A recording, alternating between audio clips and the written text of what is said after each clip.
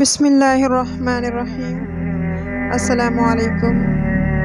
آج میں آپ کے سامنے غزوہ سویق کا واقعہ بیان کروں گی جو 2 ہجری 624 عیسوی میں پیش آیا تھا۔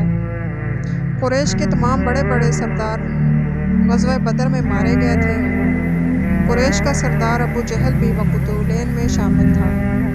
گھر گھر صف ماتم بچھی ہوئی تھی اور ہر فرد ان مقتولین کا انتقام لینے کے لیے اپنے اپنے جذبے کا اظہار کر رہا تھا۔ قریش کا سردار حرب کا بیٹا ابو سفیان تھا۔ دوسرے لوگوں کی طرح ابو سفیان نے بھی مقتولین کا انتقام لینے کے لیے جوش دکھایا۔ اس نے منت مانی کہ جب تک مقتولین کا انتقام نہ لے لوں گا تو میں سر میں تیل نہ ڈالوں گا نہ غسل کروں گا۔ اس سے ظاہر ہوتا ہے کہ ابو سفیان اپنی سرداری مستحکم کرنے کے لیے اپنے جوش کا اظہار کر رہا تھا۔ اس منت کو پورا کرنے کے لیے واقعہ بدر کے کچھ عرصے کے بعد 200 سواروں کا دستہ لے کر مدینہ پہنچا تاکہ مسلمانوں کو نقصان پہنچا کر بدر کے مقتولین کا بدلہ لے سکے۔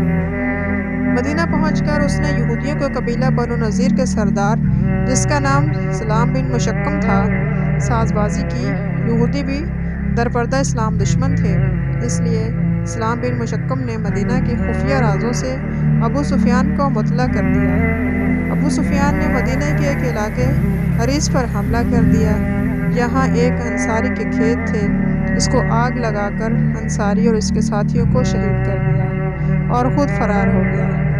حضرت محمد صلی اللہ علیہ وآلہ وسلم کو جب حالات کا علم ہوا تو آپ صلی اللہ علیہ وآلہ وسلم نے 200 صحابہ کو ساتھ لیا اور ابو سفیان کے تعاقب کے لیے روانہ ہوئے۔